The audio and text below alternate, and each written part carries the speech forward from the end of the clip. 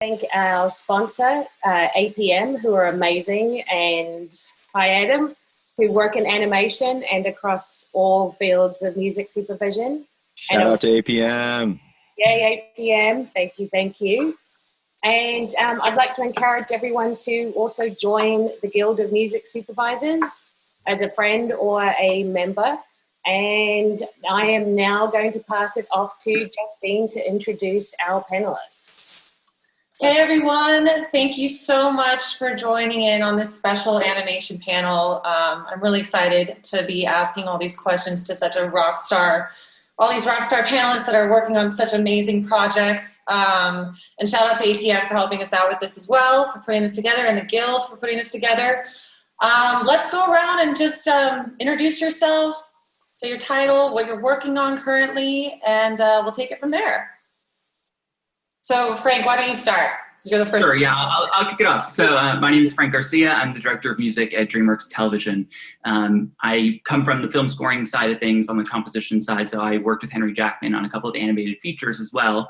Wreck-It Ralph, Puss in Boots, a couple big ones, and then went over to DreamWorks to switch into music supervision role, and now I'm on 20-something shows in production. There's sort of a running joke that no one knows exactly how many there are because there's so many at all times. So yeah, very, very busy in the world of animation. Great. Angela, your turn.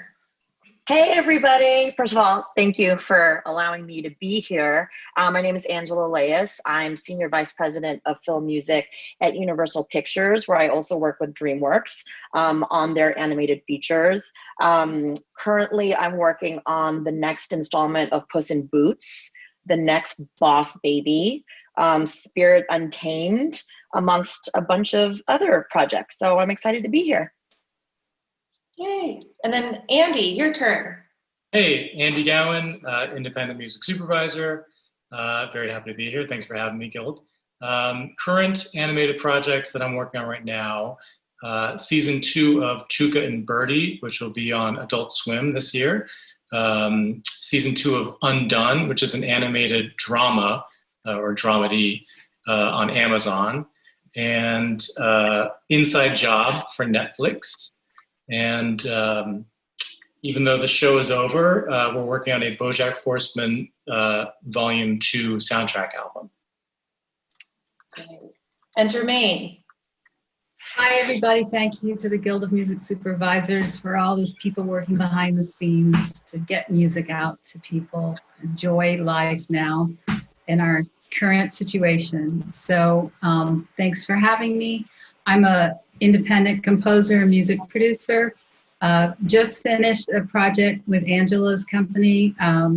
Universal did Curious George, Go West, Go Wild, and that's out on Peacock just last week. I've just finished a few projects for Netflix, The Sleepover and Work It, which weren't animated. I'm going to be showing a clip of the theme song I wrote for the Casa Grandes for Nickelodeon, and also I've worked on Coco as well. Thank you. Great, so that's everybody, and let's just jump right in. I think during all these COVID times, animation was able to push through a little bit more so than other, live action projects. So it's been great to see animation a little bit on the rise during this time, and it's brought a little sense of happiness and joy to families all over the world. So I'm really grateful to get into this. And I want to start off by talking about terminology, because I feel like in animated projects, the terminology is a little bit different from a live action film or TV show. People don't know what animatics mean per se, or like storyboarding. So Frank, why don't you give us a little bit of information, give us our vocabulary quiz. Sure, yeah. On that. So much of the music process in animation is very similar to it is in live action on the music side, but in the actual content, the animation itself, there's a couple different steps to production that are just important for us to keep in mind working on those projects. A phase that's really sort of critical in the creative development of an episode or of a film is storyboarding, where artists will take the script and start drawing out how they imagine it to be. And it sort of reads like a comic book. And they'll put the lines of the script underneath, and we review that as well to see how they're planning to visually interpret, let's say, a musical scene or an on-screen instrumental, get a sense of how they're drawing. Because a lot of times in animation, it's not a straightforward, violin or cello. It could be some weird, fantastical looking instrument, and you kind of have to start thinking about what's that going to sound like. Another step after boarding that is unique to animation is the animatic phase, which is essentially they take all of those boards and they consolidate them into a QuickTime, and they'll edit the QuickTime using dialogue record. So they'll do the voiceover recording, they'll throw in some temp music, and that's really the point where we need to be jumping in for any pre-production music, so that they're editing to that sound, that final audio. And then that gets shipped to animation. And then there's this whole sort of amazing pipeline of the animation process. Then it comes out in post. And post is very similar to live action. You're working with final locked picture, ideally. We all know that's not always the case. And from there, it's your general scoring process. Andy, can you touch on a little bit of what you mean by a radio play? We were talking about that earlier. Sure. So, the series that I'm involved in, the job is very similar to live action, where I get involved at the script level. But the next step beyond the script level is not to go shoot the episode, it's to record the cast. That's actually the first step that they take. And once they have all the cast recordings, there's multiple takes for every line. They compile the episode in a radio play, where they're picking out all the takes and the performances that they want to use in the episode that they like the best.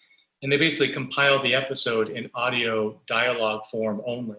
And that's, after the script, that's the first next step in the process that I see or hear. And actually, sometimes we do put music into the radio plays, especially if there's, some end of the episode MOS montage that we'll probably have set to music. Well, when someone's listening to the radio play, there's just a big hole. So we'll put something into that spot, whether it's a song, temp, score, whatever. And then, it moves on to there's a stage in between radio play and animatic, which is called like thumbs, which I'm not usually involved in. It's more, I guess it'd be more of like the storyboard process, where it's like, drawing really roughly, getting a sense of an idea of how they're going to draw it. And then the animators get busy and they actually hand draw the episode. And then you have an animatic, which is like the episode in non-color form. And we'll get to the point where they're editing that, they'll lock it, and then we do music spotting to locked animatics. And then the episode gets shipped away for often a few months, and then it comes back magically in color and looks very different and very cool. Mm-hmm. So that's really interesting, Andy, because our world, I'm guessing the difference in sort of our pipeline has to do with the nature of the content, because I feel like those sorts of shows involve a lot more, like adult animation has a lot more comedy improv happening in the booth, whereas we're typically a little more structured and scripted from the get-go. So we're not working off of a radio play. We are working off of picture more so. It's interesting. Well, on the show like Undone for Amazon, it's animated in the sense that they do rotoscoping. So they draw over the live action characters that they shoot. So there is no radio play in that show. And after the script, and there's no, just cast audio recording. They shoot live action on a soundstage.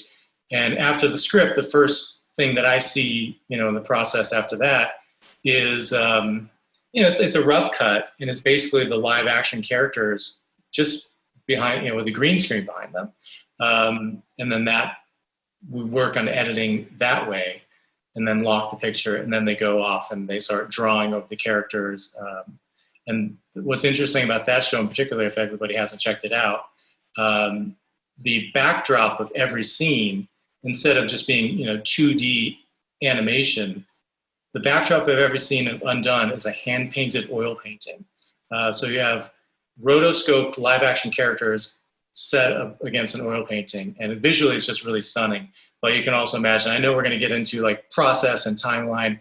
You can imagine how long it takes to make that show. Mm-hmm. Well, that's actually great that you bring that up, because I'm just going to put it out there. How long does it take for an animated movie or television series to be made? Because in my experience, like I've gone 2 years and then I've gone 5 years. Let's do this. What's the longest you've spent on one animated project? Mine is 4. Trolls was 4 years. Yeah. What about So 4.5 for me, but they spent 6 on it from the beginning. Yeah. Frank, what about you? Similarly, I mean, I think it's a similar timeline. TV, I would say it's about a year for each episode. Now they're staggered and they're overlapped, so you're not working on one per year, but that's roughly the timeline from script approval to final mix. Right. And Andy, Anyway, that's crazy. Yeah, Undone is the longest that I've been a part of, and it was 8 episodes that took about 2 years. and is Bojack Horseman, was that about a year, kind of like the same what Frank was saying? Yeah, Bojack was about a year from like the time that the script started to come out until the time we did like our final mix. It was about a year. Yeah, that's cool. Yeah, I'm working on an animated Amazon series right now called Invincible, and I think we're on our 2nd year currently, and it's just incredible how long it takes. So with that, I kind of want to take a step back and go back to what Frank was talking about when it comes in terms of storyboarding. Now, we all know how important that process is in terms of creative. And I know from my personal experience, like reading a script doesn't necessarily give you an idea of like the tone or the musical selection of what you're going to choose. For instance, there's a project I'm currently working on where I had a completely different vision of what the character would even look like. So then I started thinking, oh, like I'm going to do punk rock. We're going to have so much fun with this. This character is so badass.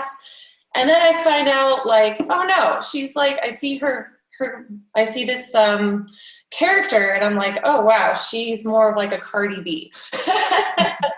So it's funny seeing the visuals, and I want to get your take on this, and whoever wants to start with that. How do you start with coming up with your selection based on those visuals that you do see? Does anyone want to? I would say what in our world, absolutely, the visuals inform so much of the way we approach music on song selections as well as score. So one that comes to mind, like right off the top of my head, that evolved based on the visuals and the visual language that the filmmakers were using, that we wouldn't have gotten from a script, was we did a Kung Fu Panda series for Amazon, and when you read the scripts, you get the sense of the classic Kung Fu Panda story, but what we didn't realize until we sort of saw more of the visuals was that it was being shot or drawn like a Western. And so it sort of inspired our whole thinking about this. And we're like, wait, we should not just do the Hans Zimmer style score for Kung Fu Panda. Let's do this like an Ennio Morricone Western. And let's add some Chinese instrumentation, and then let's like add some weird remix hip hop beats, and we'll call it a ramen Western and make some totally new genre. And it was informed by the visuals, it was informed by the language that we didn't necessarily glean from the script. It came out of that boarding process and the way that the other filmmakers and artists were interpreting the stories. Right. That's great. And anybody else, did anyone have any like first experiences with their projects in terms of reading the script, but then like realizing that maybe the script was different from what you saw visually? Or more, if we can dive in further than that even, and see like, when you just have rough sketches, how are you coming up with the tone? Like, what's your creative process there? Angela, do you want to chime in with that one? I mean, it's interesting. When I just think about like Trolls, it was very much story forward. Like for those of you who don't know, Trolls literally is about music. It was really amazing working on this project where like you see the backstory of where the trolls came from, and you understand and learn that there are all these different tribes of trolls, which are very much like they're a different genre of music. And so I will say, to your point about visuals, I mean, when you read the script, obviously you're just kind of like, oh, here's the country world, and here's the classical world, and here's, you know, rock, and here's, you know what I mean? Like, and here's funk and hip hop.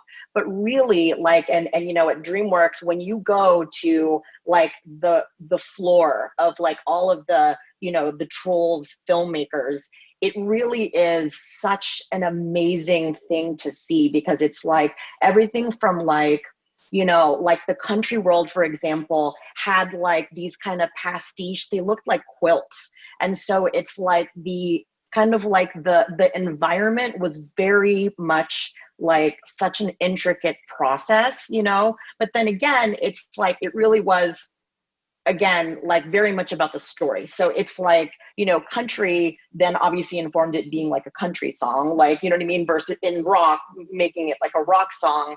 And so, I mean, if anything, it really obviously just makes you more excited. But from our point of view, it really was more about like, you know, like the story, if that makes sense. Yeah, that totally makes sense. Yeah.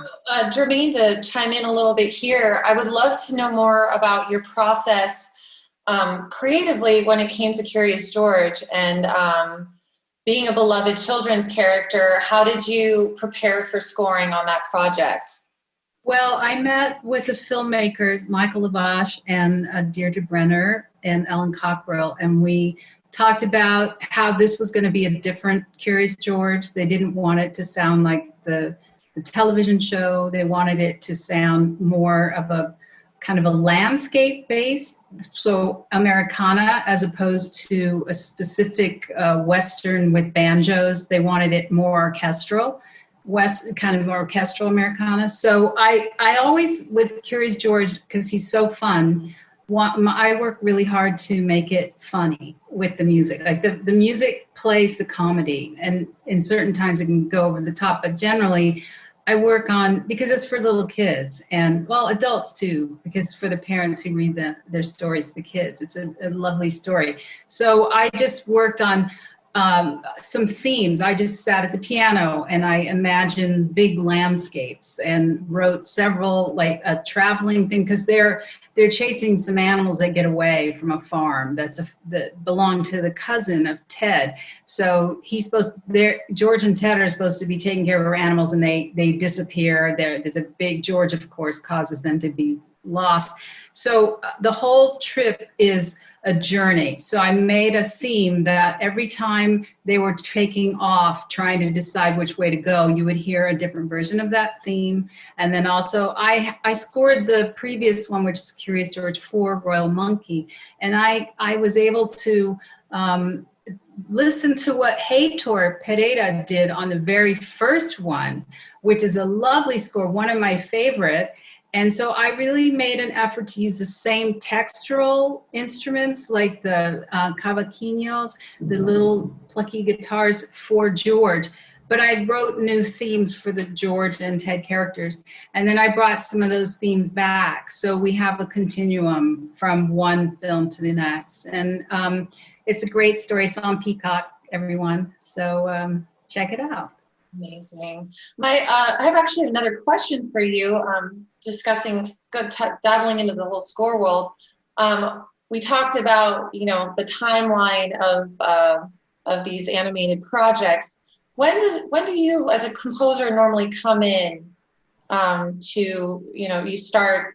What's your process like with recording in general? Well, it just varies depending on the studio. I mean, with Coco, I was on from before it was even done. I wrote several of the songs that weren't even animated. I was reading script pages for those, like Un Poco Loco. And then I would turn in my work and they would animate to my song, which was really beautiful. I wrote that with Adrian Molina, the co-director. But sometimes, like Curious George, they're already in post, and the songs were written, and I get the whole, you know, film, and I look at it, and I tend to, in a normal period, I would record sooner than later because I like to get some sounds. But with the pandemic, we finished that in the middle of the pandemic. So Universal Animation is got an amazing department that pulled it together to finish it. And so I pretty much did that one, you know, playing all the instruments on my own. Wow. Did you record in Europe? Do you have any requests? No, I didn't. I have a pretty amazing library, and I work really hard to play the instruments as if someone were playing them themselves, and finesse. When I have a huge like we did Kung Fu Panda, Universal Studios Hollywood, when we went to Abbey Road, that was a year and a half ago, and I had a full orchestra for this theme park, which is another aspect of animation we haven't talked about. And, when I get to record with a full orchestra, then the recording tends to be towards the end of the project when everything's been approved. Got it. I'll jump in too with contrast with television. In our world, the scoring schedule is so aggressive, and we typically have between 2 and 3 weeks from the time we have locked picture to the time we're mixing. So we are not typically live recording. So we work with composers who can produce in the box, or maybe play something like Germaine was saying, someone who's a multi-instrumentalist and can put something in to give it that texture. We often too deviate from the large orchestra sound, in television animation. So just a little counterpoint there to the features schedule.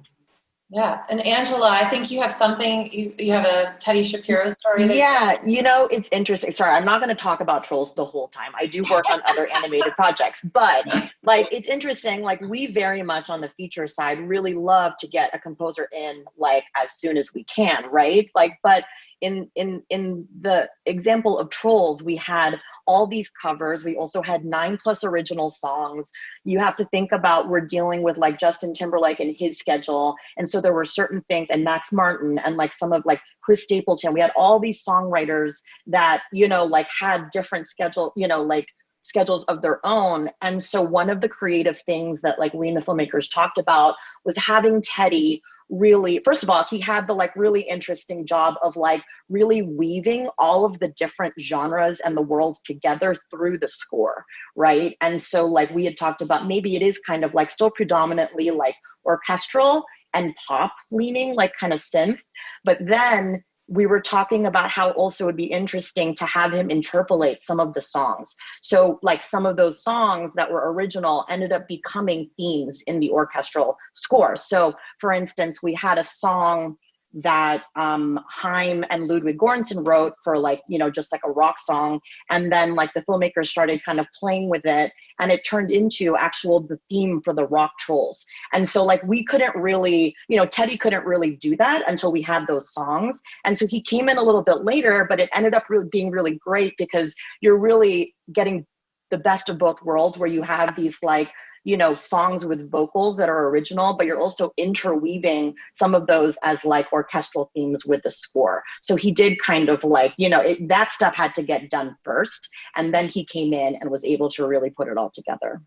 Yeah, I think that's my favorite part about animation is having a melody come from the composer and then weaving it in and creating the song, which we're going to touch into that a little bit later. But Angela, since we're talking about, so we're talking about Trolls, I wanted to get more into the musical premise that includes the musical battle between the hard rock Trolls and the techno Trolls. And just about, you touched on this a little bit earlier, but all the genres that are kind of melding throughout the sequel Trolls. And were there any genres that were challenging to you? Kind of dive into that a little bit more in your process there.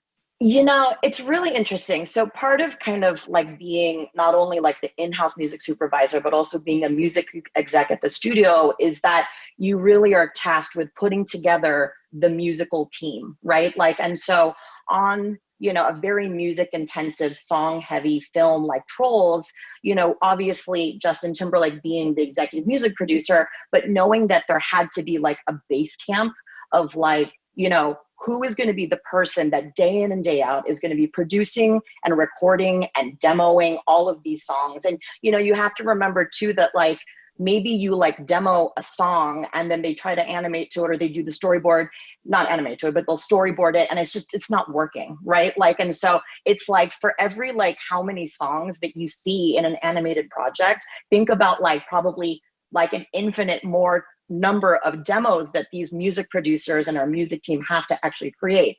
So when we were thinking about putting this team together, we, it actually was a really amazing thing because, we were thinking about Teddy as the composer, and he had in the same studio, Ludwig Göransson, who we all know. And it's like funny that like, if some people don't know, Ludwig kind of came up through Teddy.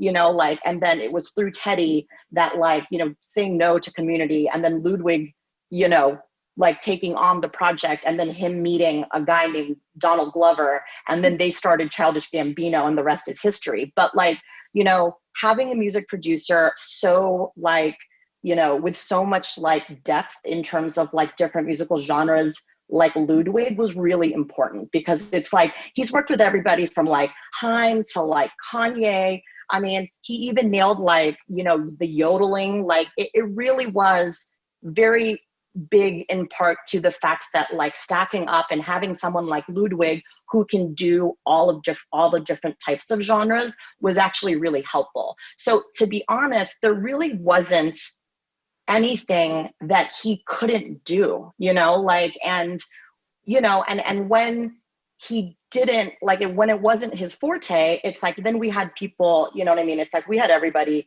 as part of this cast. Like we had like, Anderson .Paak as like, like Prince of Funk. So it's like, he helped bring in kind of like that sound, to like the funk and the hip hop section, and Chris Stapleton coming in with like country. And, like, it's just, I think working with like the best of the best and like setting it up for success that way, we really didn't have, I mean, knock on wood that I don't know if that would would happen now, but like, it wasn't really that difficult because we were able to like put together a team that could do it.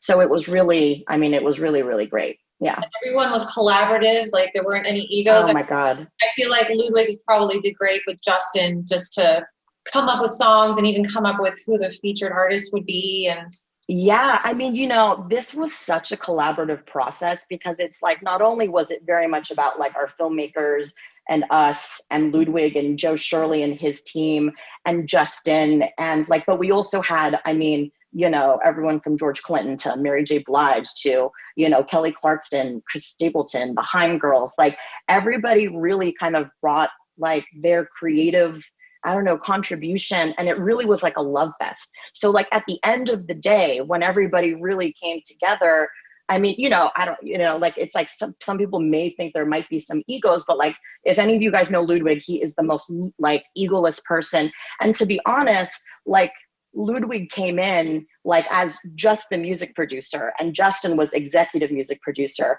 But throughout time, Justin really like, being so collaborative with Ludwig, he was like, no, I want Ludwig to be the EMP as well. So he actually shared his EMP credit with Ludwig just to kind of like, so props to Justin. I mean, he could have an ego, but he didn't. And he knew that Ludwig did such a huge job. Not to say that Justin didn't either, but like, obviously, like, at the time, Justin, like, literally was like, he was releasing a book. He had like a jeans line. He actually like lost his like voice at a certain point. So it's like, Ludwig really was kind of the rock of like keeping it going, so that like when Justin was available to come in and really focus, and we would like, like block out like 2 or 3 weeks at Conway, and like everybody, like all of the musicians, like you just would come to the studios, it really was, that much easier. So it really was really great. A great experience. Yeah.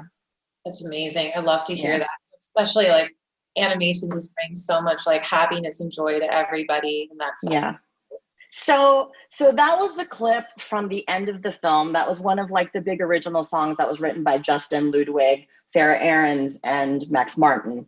And really this was, in speaking with the filmmakers and us just really powwowing about what this like scene was supposed to be, like throughout the film, the storyline is that everybody is separate, and they all went their separate ways. Everybody has their own genre of music, and they're just kind of in their own world to kind of because, I mean, not to spoil it, but like pop was like trying to steal like everybody's music, like all this kind of stuff. But at the end, it was very much about, you know, you can't harmonize with just one voice. And it's like everybody's differences like really make everybody stronger. And like we wanted to like literally have everybody, all the genres come together, and like how do we do that musically? And I think that was really, I mean, first of all, you think of it, you're like, how are you going to do that without it being super kind of like chaotic and all over the place? And I think that like, you know, Ludwig did a really good job of like including that little snippet, like literally had, you know, we had Red Velvet as the K-pop trolls, J Balvin, who wasn't in that little snippet, but like we put in reggaeton. And, you know, it's like the filmmakers also wanted, this is a global franchise. So we wanted to like pay homage to everybody. So we had Red Velvet singing in Korean. We had the reggaeton trolls singing in Spanish. You had also, you can't really hear it, but you have Teddy Shapiro's like score also underneath. And so you have the yodelers, like, so it was really, I think that is like a good example of how Ludwig really was tasked with like bringing it all together and putting all the genres into like a blender and making it all kind of work. So we had funk, you know, like in there as well. You had the techno trolls with Anthony Ramos, like kind of in the beginning of that. You had country, right? Like with Kelly and like Kelly Clarkson and the guitar and the, you know, the banjo. So you know, and later in the actual song and the performance, you've got like the classical trolls. So there's Gustavo Dudamel, and like we had, you know, when we recorded at Abbey Road, we had the orchestra playing that section. Like, so it really was, I think, came off successfully, bringing it all together. Such a blend, and it works so well. Yeah. And I know I wanted to just touch on this a little bit more with you, Angela, and then we'll move on to another topic. But I wanted to see, like, what was it like with the label partner and like the campaign behind, you know, the radio hit singles and even what we just heard? Like, how did that all come together, and what was your role in that? So really, I mean, first of all, it's like, you know, when we were first kind of in the waiting room, it's like, can't stop the feeling. I mean, like, what big shoes to fill, right? Like, but you have to think about, like, so first of all, it's like, you've got the songs, you have to check a lot of boxes, right? Like, it's like, first and foremost, it needs to work in the film. But when you have something like, and like, you know, where like you do want a song, at least one, to like work for marketing. And then there's a big like play on like Justin also wanting it to be a radio hit. And Justin really, that was very much a lot of his approach, was that for these original songs in the film, he wanted them to actually work in the film, but he also wanted to be able to like maybe hear it on the radio. So we have a ballad and we have, you know, like certain things like that. And so, and you have to think about, it's not just like promoting a single on the radio that is something in a film. It's like RCA, to their credit, with our help, really wanted to promote this as a Justin Timberlake single. So like the machinery behind like what a label would do to like get a Justin song out there in the world, it was even that much bigger because it was also in connection with the film. So it's like creatively you're trying to, you know, like check all these different boxes. And I will say that like there's another song in the film that is Justin and Anderson .Paak. It's called Don't Slack. And that is the one that's like ends the film. It's super, super fun and upbeat. And what one would like think is like a typical end title song that's really joyous and something that you can use in marketing. And obviously like marketing also agreed. However, there was another song, The Other Side, which is the song that Justin recorded with SZA, that wasn't really as usable in terms of like the marketing and like as big of a play in the film, but he really wanted to focus on that as the single and the radio single. So it was really interesting how we had to kind of juggle a lot of different things. And, you know, like, you know, ideally it would just be one song, would be Can't Stop the Feeling. And like, you know, imagine like I also have to oversee, you know, like music in like consumer products and merchandising and marketing, and really the through line that really, because of a film like Trolls, where like the premise is based around music, it really was amazing to like really be an asset, right? Like to the whole campaign. However, it's like you know, it's like a little tough when like we can't use like the single that Justin really wants as much as something else. But like at the end of the day, it's like, you know, I mean, we created music videos, we shot them like, you know, RCA with all the radio play. It was like a billboard, you know, it was on the Billboard charts. Like, so, and actually a lot of people didn't know that the song was, was from the movie, but then we also had Don't Slack as a focus track, and that made it on the radio too. But like working in partnership with RCA and Justin's team to push out like, you know, a big Justin Timberlake SZA single was just like in and of itself, just like the machinery behind it is like, you know, it's like really crazy. Like, so yeah, that was just an interesting added thing to the project. So did the songs come out before the movie, or did they come out like when the movie was released? We released the 2 focus tracks, which was, you know, The Other Side, which was the big SZA single. We released that first. And then we released, the Anderson .Paak song. And, you know, we have to think about like, so Trolls was the first major PVOD release.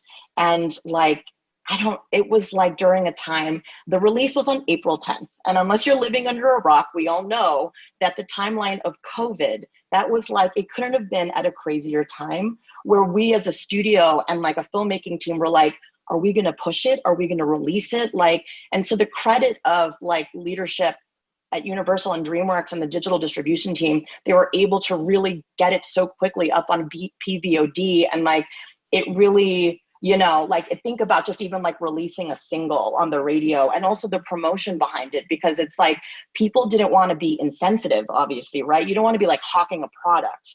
And so like, and, you know, if you think about the talent that is involved, like Kelly Clarkson and Anna Kendrick and Justin, you know, they really, there's like anybody, I can't remember who it was, but like there was a musical artist that like, I don't know, promoted their song and like they got so much flack because obviously you're being tone deaf, understandably. So that part of it too was a lot of like discussion on like, how are we going to release this right now at the height of a global pandemic? So it was really, I mean, like everybody got it together and like, you know, you just have to kind of like, at the end of the day, like be set in the fact that we created this movie for like people of all ages to like, you know, be happy and love music and be unifying. So that's really kind of what it all fell back on, which is like, we just have to like make people happy. And that's really where it all came from. Actually, at that time, I feel like the Willoughbys on my end came out right at the prime time where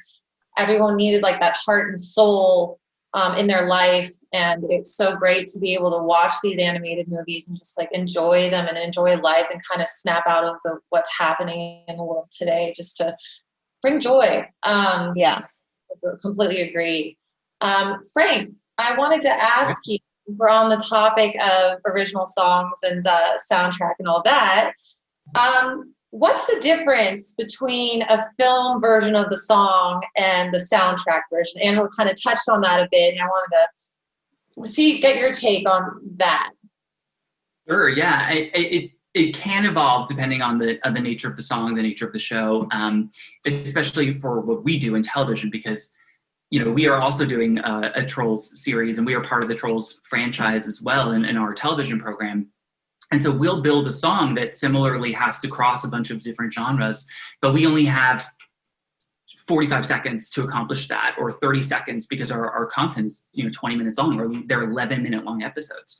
Mm-hmm. So we will make a full-length version of a song and record it with all the talent at the time in pre-production when we're talking about boards and animatics before we've shipped, so that we have that longer asset ready to go. And that's typically the more flushed out, more produced version. Occasionally too, what will happen, because there's always a lot of back and forth. We talked a lot about the collaboration between the musicians themselves, but there is in animation, we are sort of inextricably linked from our board artists, our script writers, and our executive producers and directors in terms of the way the music has to function narratively. We have to be talking to them constantly about, does this song work now that you're visually ideating around what it will be, because we'll put together a song, we'll get it recorded, and then an executive producer or someone will come and say, you know what, visually, we need this character to be here. We need this to be part of it. So that might not be part of the soundtrack version, but in show, we might have another character, we might have a slightly different edit. We might fill out some background vocals. They are typically different assets when at the end of the day. Do you ever hire in new producers to come in and kind of vamp up that film version of the song? The in-show version? Yeah, the marketing version. Oh, the marketing version. Yeah, you know, we have it sort of worked out that way on our Fast and Furious series. So we are adapting, or we have adapted, the Universal Fast and Furious franchise into an animated series. And we initially started out by going out to songwriters and producers to put together a theme song. And all of our theme songs, obviously, we make a 30-second version for in-show for a main title sequence, and we make the full-length version to have as a marketing asset for anything outside of the show, right? Theme songs in the world of animation are, you know, sort of the holy grail. They set the tone for all of the music, and we talked a little bit about how it's interpolated into the score. It sort of is the big underlying foundation of the rest of the palette in a lot of ways for all the rest of the music that comes. So we were really going out kind of wide and trying to figure out exactly what the production was going to be for the theme song. And then an opportunity came up with Timbaland, who was interested in being involved with the franchise, and Timbaland came and reproduced the song. So that wound up in show and on the soundtrack. So we don't typically separate them. We want them to be as cohesive as possible. We usually work with the same producer on both in our world in television. Very cool. I love that. So now I kind of want to move over to Germaine. And since we're talking about, song producing and whatnot, I wanted to, and theme songs for that matter, I would love to get your experience, or hear your experience about how you've worked on Coco and different projects as a song producer as well as a composer. Okay, well, it's all very interesting what everyone has to say, and I think that overlying thread is that we're here to have unity through music, and it's a nice thing when that happens. Basically on Coco, I was first hired to do some arrangements and some mock-ups of the songs, and then eventually I was asked to work on the Disney logo, the Mexican version, and it was sort of like certain in steps.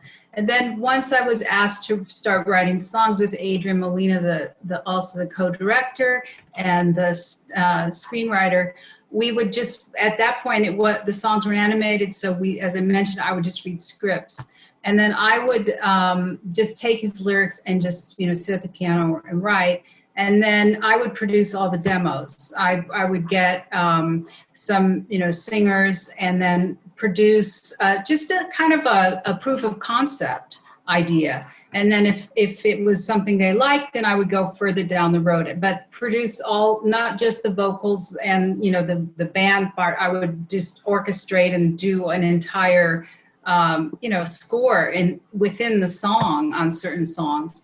And so I just sort of fell into that. I have to give a shout out to my mentor, John Powell, because one of the first projects I worked with him and I saw him in the background as I was helping him was Happy Feet. And I know, there are, over 70 songs in that, but at the time he was producing, must have been 200 versions. And that's when I first met Edie Lane Boddicker.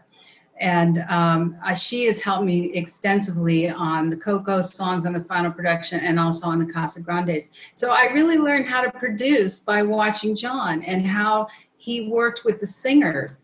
And one of the things I noticed was he would let the singers do their thing. He wouldn't get in there and go, oh, it must be this way. And he would just sort of, he'd give them the track, there'd be lyrics, there'd be a chart, but then he'd let them sometimes riff and improvise, and that is where I think is a beauty comes in on songs. And I did that with, the demos. I worked with Antonio Sol, and he demoed a lot of my songs for me, And that gives you more as a composer, because I mean, there are composers who sing, but a lot of the songs I was doing on Coco were for male voices. So I didn't think I was really going to get the song approved if I tried to sing it. Although I must admit there is one version of me singing, and I won't share with anyone. I won't hurry. But you know, I do sing the songs as I'm writing, but the point being, the producing point is very important for songwriters and composers, because it's a whole nother level of integration of within the music team. And if you can do both, it's really great, because you can integrate some of the themes from the score into the songs, and then you have a really complete, you know, musical score and song that's working together in tandem. And that's a wonderful thing to do. And so really just producing, I learned a lot from working on, you know, I worked on all 3 Kung Fu Pandas with John and Hans, and Ice Ages for, you know, Fox. And there's a Rio, that's, you know, Sergio Mendes was a producer. So I was also working with John on that. And I was an orchestrator on most of those films. So I kind of got the best of both worlds to see all the singers come in and watch. And so when it was my turn, you know, on Coco, I just really went out and I tried my best to get like the best singers for the demos, so that when you're turning it over, and to also the mock-ups should sound fantastic. Just even the proof of concept as much as you can to the composers who are listening.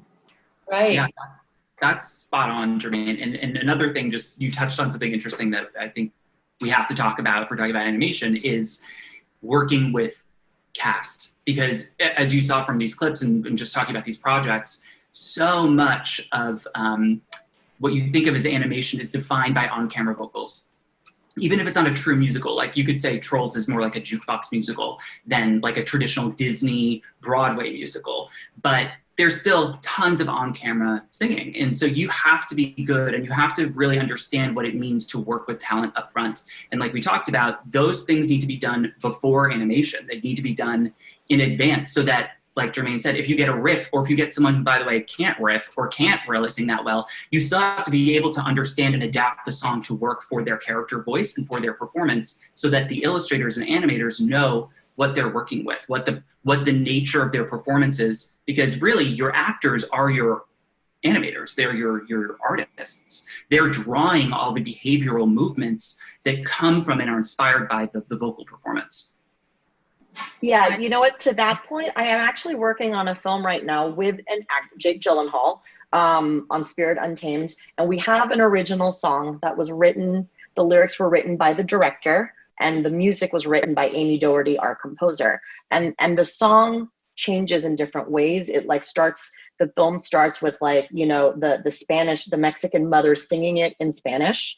And then it is sung as more of like a lullaby theme that Lucky, our main character, sings when she's scared.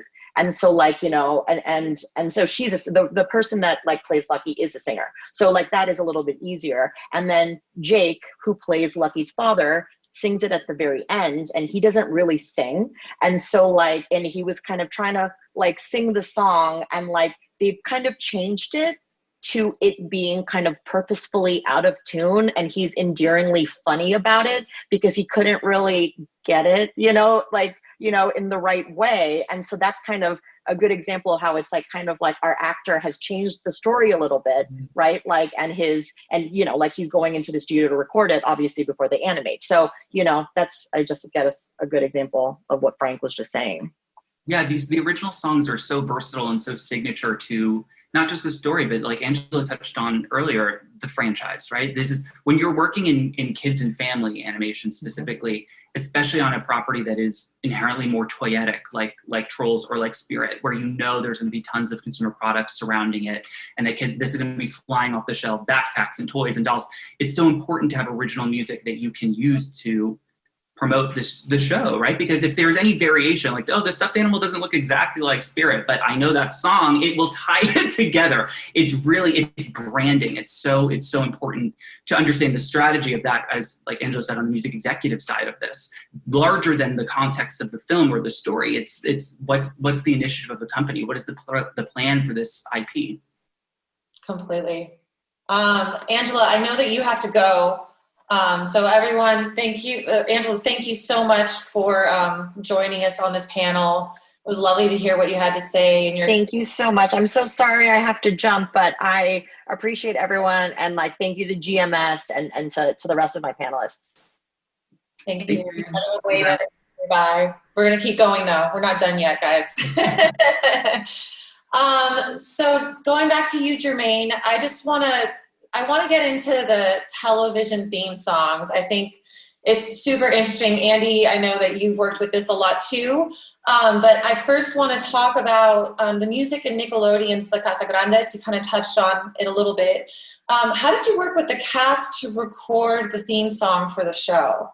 Well, first we gave them, the demo and then their solo part on their own, and they could practice. And then I had Evie Lehman-Boddicker, who's an amazing vocalist and music producer and friend, work with the singers before we had the session. So she was kind of doing vocal coaching before the session, because then they feel more comfortable in the final session, because they have familiar face, they've practiced it, they've recorded it. So it's kind of like a rehearsal for the actual recording.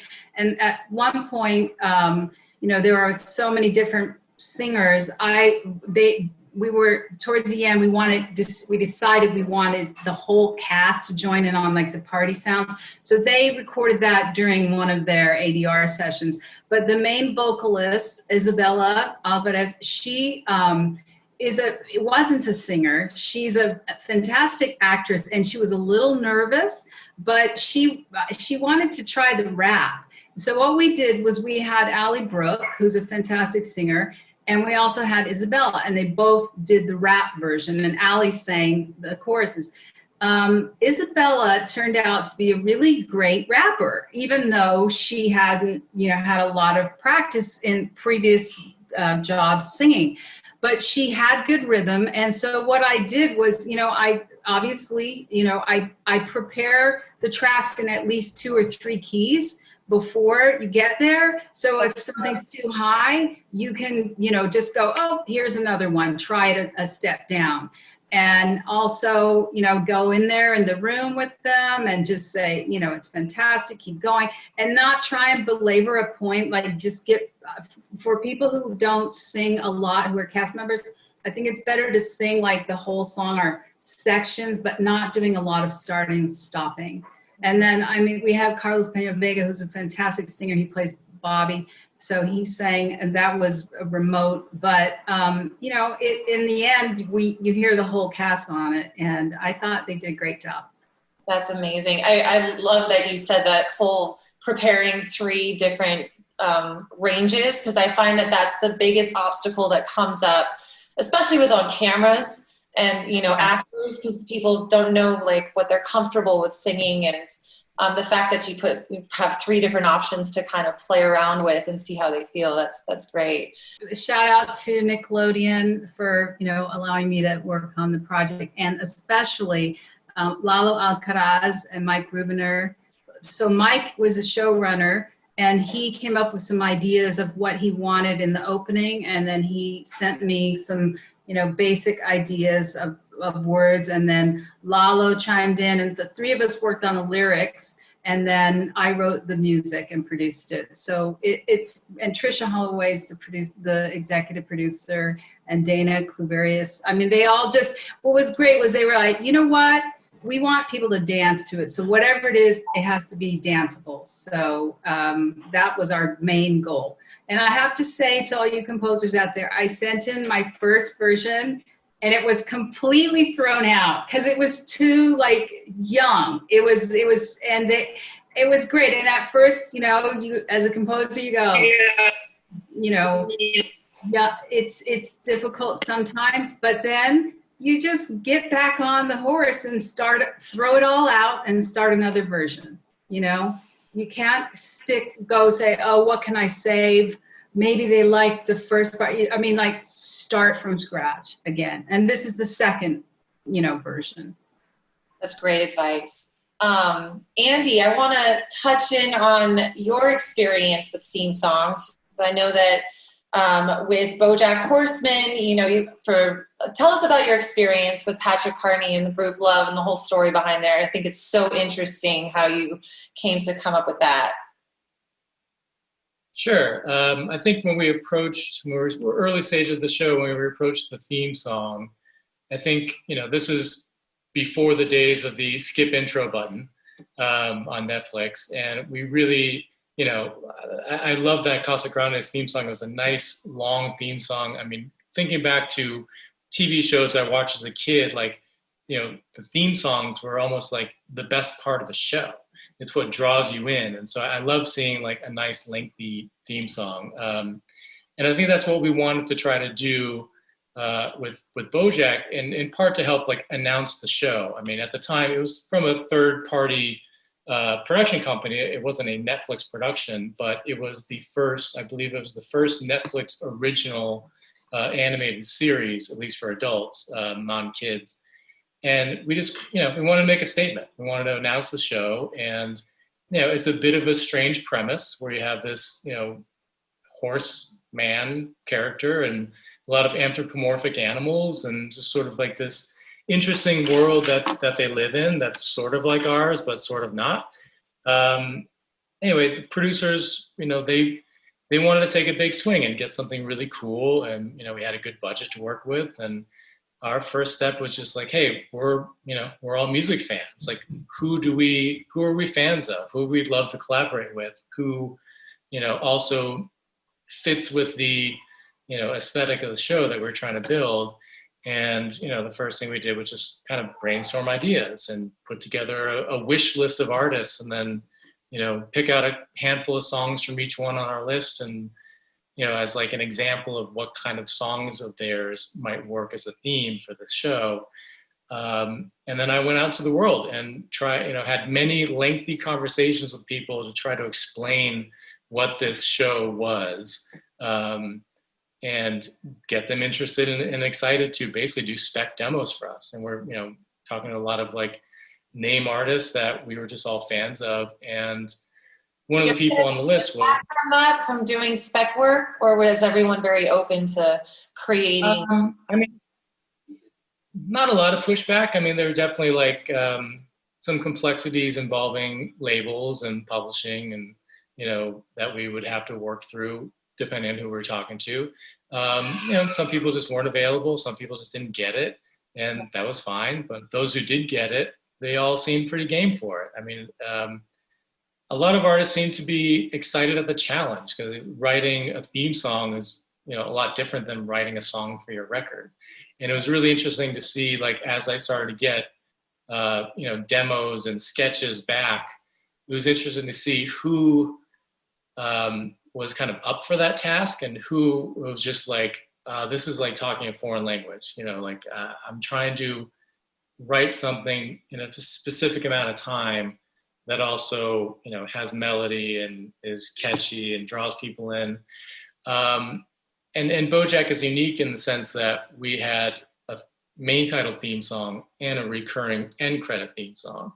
And that wasn't the plan, when we first started out. Anyway, the Black Keys was definitely an artist that was on our wish list. So I reached out to their management and had the conversation with them, told them about the show, what we're trying to do.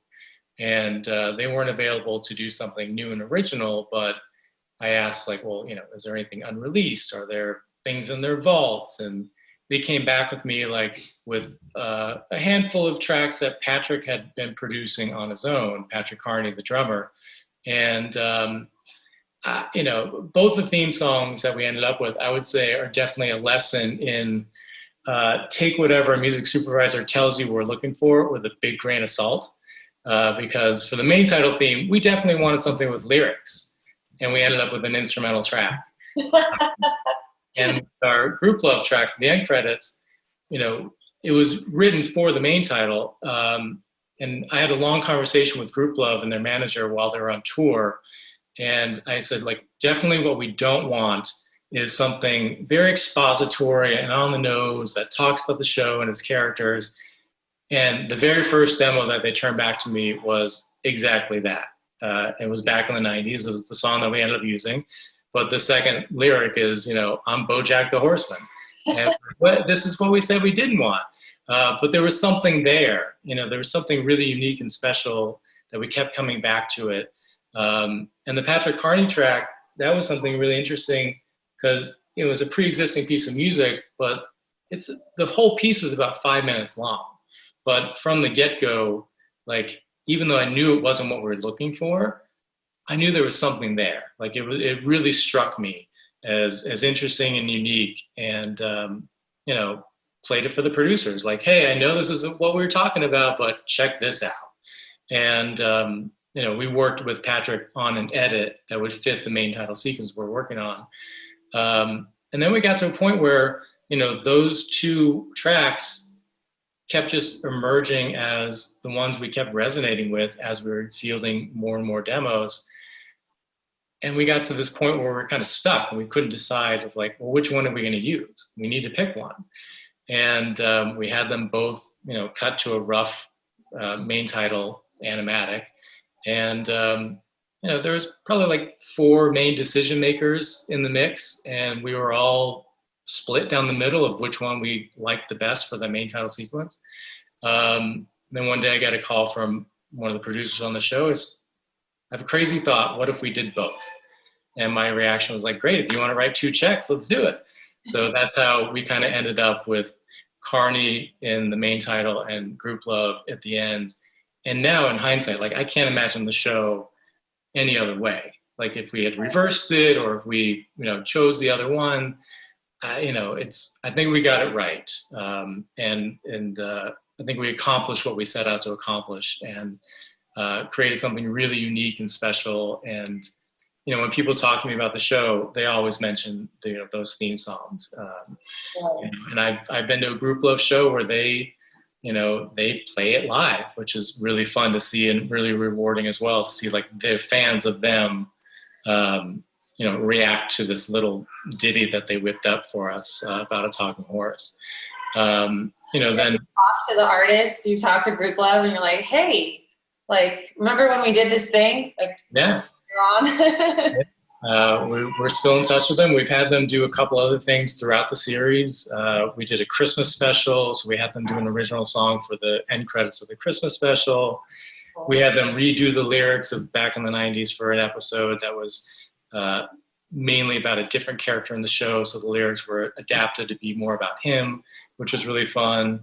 I think it turned out to be something really rewarding for them as well, to try their hand at something that they weren't normally adept at doing. I know they've done a lot of songs for soundtracks now. What's interesting is I've heard one of the other demos that they did for us for Bojack, they kind of turned into a different song that popped up on a movie soundtrack. And I was like, I know that song. Okay. It's always fun. Yeah. And Wilco did the same thing. We had been talking to Jeff Tweedy, and he turned into a demo that we ultimately passed on, obviously. But, one of their albums came out a few years ago, and there it was. Sorry, I'm not name dropping Lindsay. I said, Lindsay's calling you out right now. Watch out. Not my style. I'm not trying to do that. But yeah, then fast forward to Tuca and Birdie, which is Ali Wong, Tiffany Haddish starring animated show. The world had changed a little bit already. There was the skip intro button. We were told that the data showed that people were clicking that button, and putting a lot of resources into a theme song just didn't seem as wise. But I think we still did a very similar process, but instead of kind of going out to a bunch of like bigger name stars, we went more indie, and we got a lot of really cool submissions for our theme that way too. And I'm sort of like the first layer that they come to. I put my ears on them.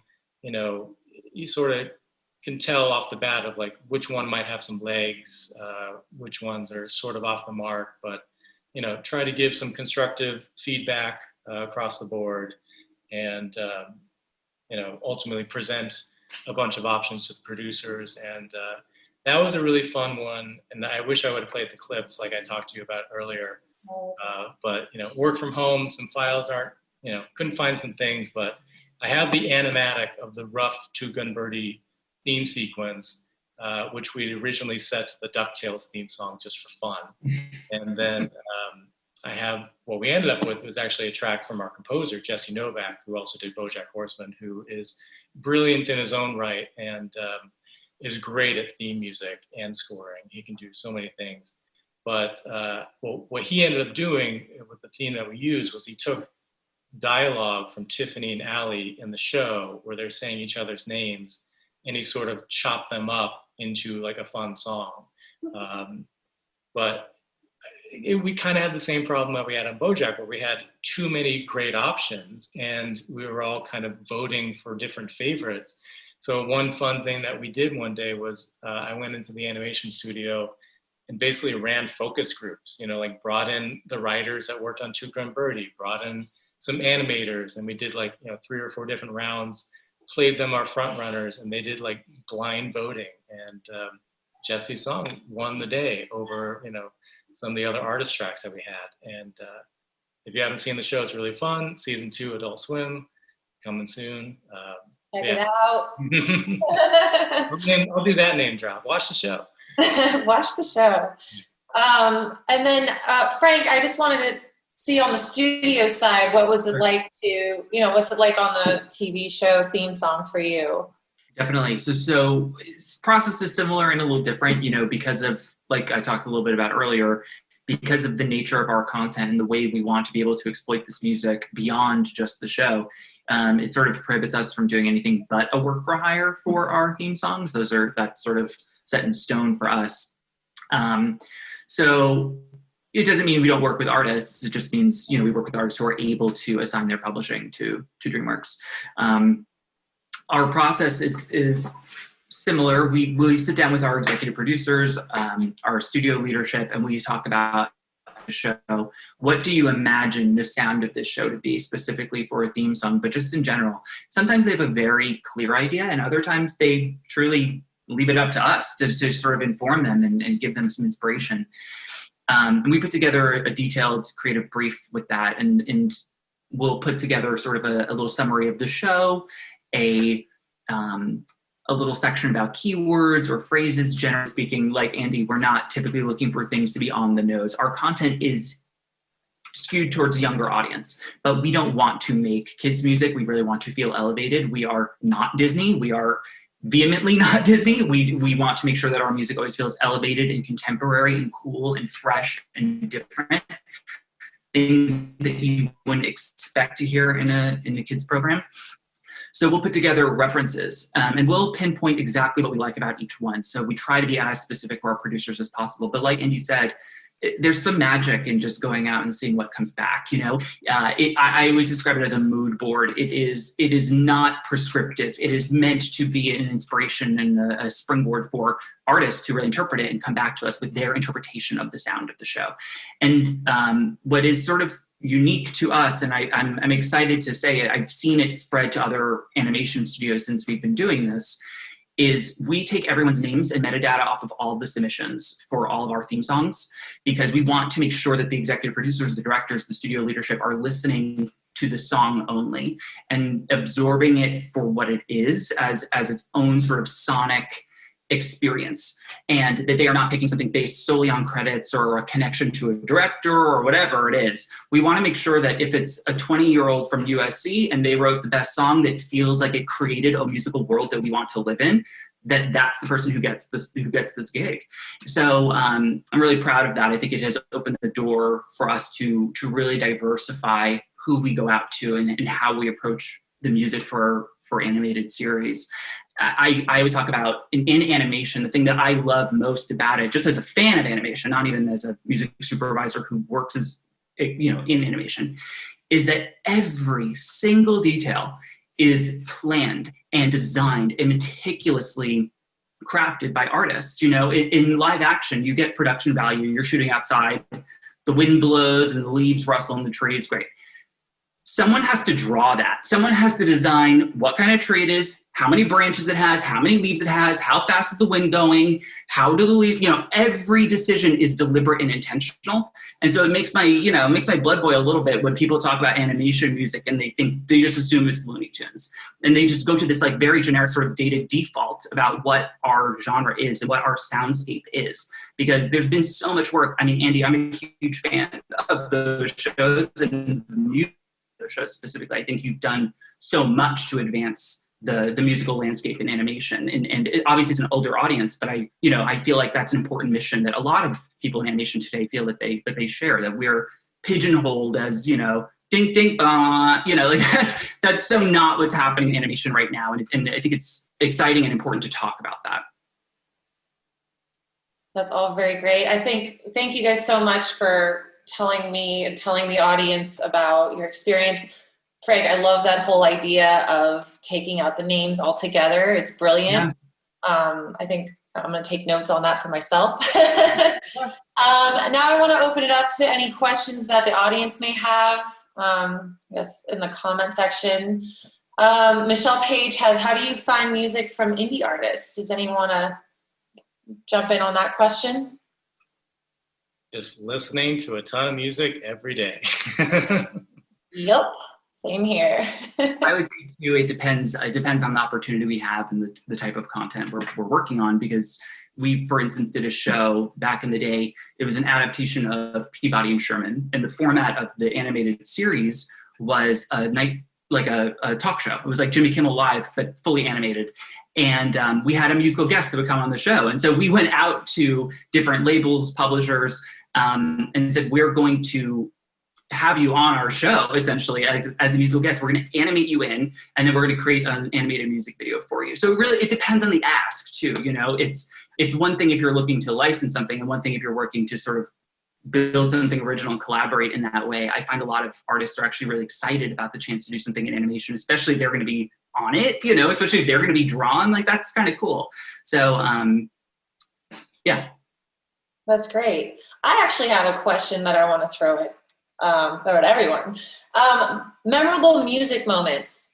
Germaine, let's start with you. Do you have any memorable music moment in an animated project that really stands out? I think My Way in Happy Feet with Robin Williams was one of my favorite moments of spending time, you know, learning from John Powell and seeing how he got him to sing, and the little penguins all clapping around, and just that whole movie was, for me, sort of like a pivot for me to realize, oh my God, I love animation music. Yeah, that's great. Happy Feet's one of my favorites. I love it so much. Frank, why don't you tell us what your favorite moment in animation? I'm struggling with that one, because there's so many projects and they're also different. I would say, I guess most recently, this is a bit of a shameless plug. The final mix for Jurassic Park was pretty remarkable to be a part of that musical legacy, and to bring that to, you know, this new audience, and be part of that, because that was something I always, as a film music geek, loved to be a part of that. But you know, every show is rewarding in its own way. Every project has its own sort of special moments. For sure. What about you, Andy? I mean, when I think of Bojack, I'll pick 3 song moments that sort of, you know, resonate with me for just being a little special. I think in season 1, we took a big swing and used the Rolling Stones' Wild Horses over this very like emotional, introspective scene for Bojack. And I think that was a point where it seemed like the audience sort of clicked with the show and they started to get it. It wasn't just this like silly, zany, wacky animated show. It was like, had a lot of depth and character richness to it. I was getting emails and texts from friends and people in the industry of like, why am I crying watching this cartoon horse? And it was like, okay, now they get the show. The other one, I mean, when we talked briefly about the radio play part of the process, I'm a big fan of Kevin Morby, and I had put his song Parade into this montage, and I think it's the episode in season 2, into the radio play, thinking like, oh, here's, this song seems right to me, but, we're not going to finish this episode for another year, so it's going to change many times. We'll look at many, many different songs.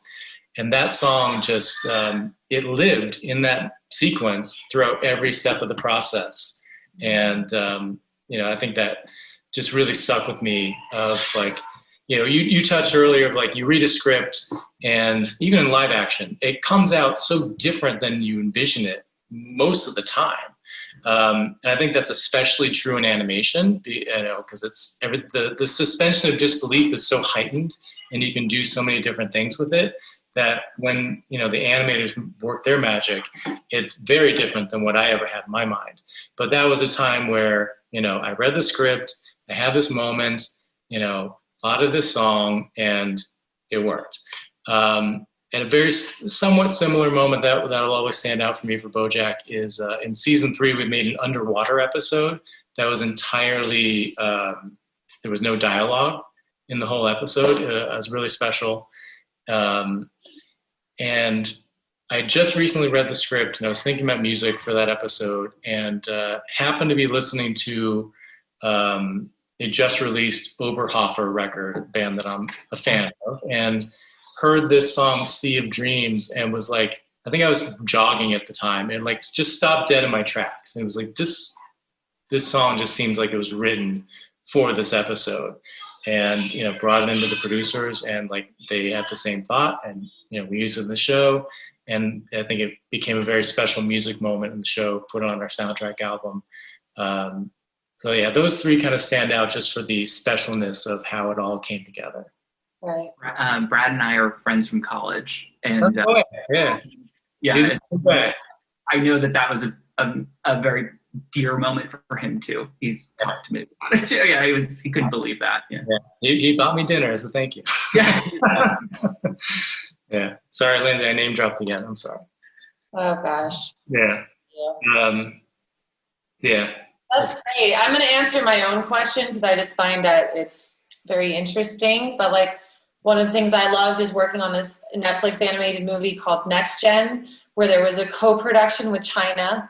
And we ended up having to take these Grace VanderWaal songs that were licensed in the film and creating the Chinese versions for Chinese theatrical release. And that was such an interesting process. And then to hear you have your Grace VanderWaal version, and then this amazing Chinese version that's done for a different audience. And it just brought so much more life to the film itself, which was a learning point for me, but also very interesting and cool.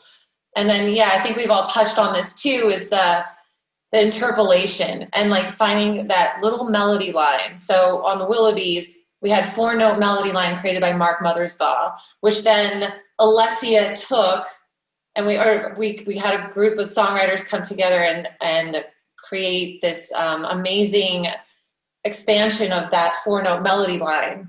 And then Alessia taking that and then moving it forward for the film, and then moving it forward for production, and then just seeing the final product of that, just like we do in animation in general, from rough sketches to the final animated version when it's released. It's just so incredible and just feels great to have that, you just feel good about yourself afterwards. And shout out to the Math Club for putting together and expanding that songwriting on the I Choose original song for that. I think we have a few more minutes. So I'm looking at the questions in our comments here, and I love this one. And Germaine, we're going to start with you. We're going to go back around like this, and we're going to do, are there any animations you grew up with that inspired your work? Any animations that I grew up with that inspired my work? I'd say that Dumbo. I know it's crazy, but I did enjoy that very much. And also, you know, the early Disney black and white shorts. I loved watching those as a young girl. That's great. Yeah, Dumbo's one of my favorites too. So it's you every time. Frank. Sure. I guess the maybe like The Little Mermaid, or like that golden age of Disney musicals. But funny enough, it sort of inspires me for like, how do we not do that? How do we subvert that expected trope? So you know, you grow up loving it, you learn the rules, and you figure out how to break them. So that's I guess how that inspired me. Cool. And Andy? I don't know. It's a good question. I mean, so many like Saturday morning cartoons that I grew up watching had like such great theme songs that would get stuck in your head. I think just that inspired my work. That's a good question. You know, I'm drawing a blank, but what's like your favorite animated show growing up that had like that catchy theme song? That I was definitely a big Scooby-Doo fan. Yeah, Scooby-Doo. That was up my alley. What else? I mean, I never had the Disney Channel growing up, but those free weekends that we used to get, and it was like I'd pretend to be sick for the weekend, so I would just take advantage of that. I remember like the Mickey Mouse, like Merry Melody type stuff that was very musical. I remember somebody was conducting a symphony, and there was cows flying in the air. Like, you know, it sticks with you. You know, any fun use of music. I think. I mean, I've always been attracted to music in visual media, not necessarily animation, but you know, my third grade show and tell was the Righteous Brothers LP that I brought into class because I had just seen Top Gun. And my favorite part of the movie was not the fighter jets. It was when he sang "You've Lost That Love and Feeling" in the bar. But I think, you know, animation aside, there's always been a deep connection with music in movies and TV shows for me. Amazing. Well, guys, that's it for this panel. I hope that everyone learned a lot. Thanks for all the comments it's really fun looking at this chat and everyone's like TV reminiscing about different Betty Boop. I love Betty Boop. So anyways, thank you so much for joining, and go watch. We're going to find out who's going to win the Music Supervision Emmy very, very soon. That's coming up like in 3 minutes. So let's get off of this and move on to that. Thanks, everybody. Thank you guys so much. And I wanted to thank you all again for doing these panels. They're an amazing way to bring the community together and educate us and talk about stuff that we all find fascinating at a really high level. And so, you know, I tune in to learn stuff every week. So I appreciate y'all doing this. And we are able to do this because we have people, you know, support from our members and from our friends of the Guild. So please do sign up and join as a friend of the Guild. These are open to everyone because we want to be really inclusive here at the Guild of Music Supervisors. But it does cost money to run this guild, and we're doing a lot of important things, including we just had a big census of all of our membership to kind of get a better picture of who we are demographically, economically, everything, so that we can use this information to help move the conversations for the sync community forward. So we're doing a lot of work here. You know, it's an all volunteer board, and all of these committees are all volunteers. And so, you know, you joining with the Guild and supporting us financially, including APM, one of our founding sponsors, coming in and doing this for us. God bless you, Adam. We appreciate you, and this is what it's all about. You know, we can't all hang out and have cocktails again for the time being, so this is as close as it gets. So again, what Justine Vaughn said, you know, go and watch Emmys.com, go and root for your favorite soup to get an Emmy. I'm not one of them this year, but maybe next year. So go watch. Thank you guys so much. And this is awesome. Thank you so much. And thanks, Madonna, for being the vice president. And thank you guys for putting this all together. Thank you very much.